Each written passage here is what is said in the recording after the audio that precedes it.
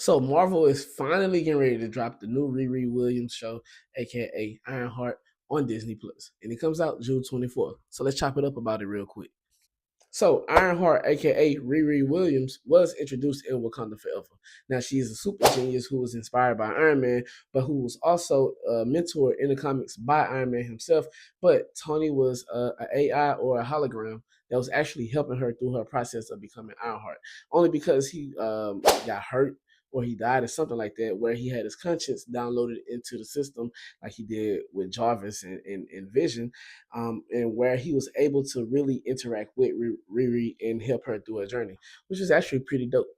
Now she did not have her Tony in the movie, but in Wakanda Forever, they did solely based off her stepfather being her inspiration, like he was in the comics. But also her hooking up with Shuri and they becoming friends and actually getting a little more experience through her in Wakanda. I think that was actually pretty dope. Now, who I also see more in the trailers that I'm gonna talk about more later is the Hood. Now, the Hood is a supervillain who gained his powers from the Dark Dimension that is connected to a cloak that he wears. Now, the powers come from Dormammu himself, which who was introduced in Doctor Strange, who is the king of the Dark Dimension, and where he also have used the Hood in the comics to do certain missions for him. But Mephisto, Marvel's devil, have also used the Hood as well, just like another version of Ghost Rider for Dormammu.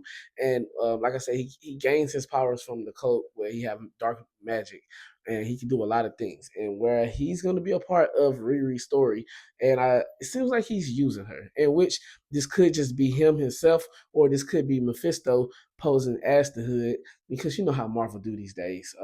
And that would actually be a pretty dope story, but I'm pretty sure it's going to circle all the way back to Mephisto, where he's probably the one that gave him those powers instead, and he's working for Mephisto to help steal some things that can help him down the line. And in order to do that, they're going to use Riri, in which I feel like he's going to be involved because it looks like it's a lot of trying to bribe her with money because that's what she needed at the time.